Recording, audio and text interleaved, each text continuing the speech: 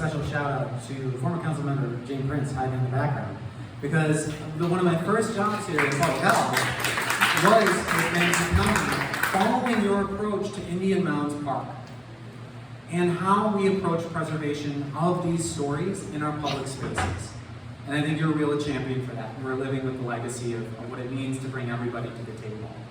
So when we talk about cultural equity, that means bringing everybody and every story to the table. When we talk about our African American historically Black community here in St. Paul, yeah, they were robbed by the freeway. And it was a lot of people who intentionally did so. So when we talk about protecting these stories, we need to make sure it's not the next community that finds itself on the chopping block because of they're unable to afford their home, they're unable to stay in this city. Our Hmong community has stories to tell. I read them to my daughter every night, thanks to Kalkali Yang. We need to protect these stories, and they're rooted in the places in which they were told.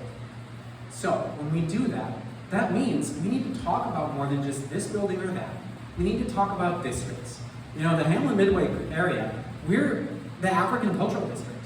I mean, Fasika's gone, but Dill is here. And we've got a lot of incredible neighbors from East Africa, from all over the African continent, who have made this place their home. And in just a few weeks, I will encourage you to come to the Little Africa Festival, because it rocks.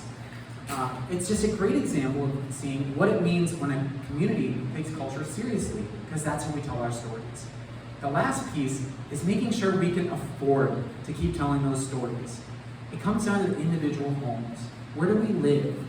And if you can't stay in your home because your energy bills are so high, or the air is leaking into your home, and the air quality is so bad you're getting sick because of the air outside, then you might need to move to a new building for your health.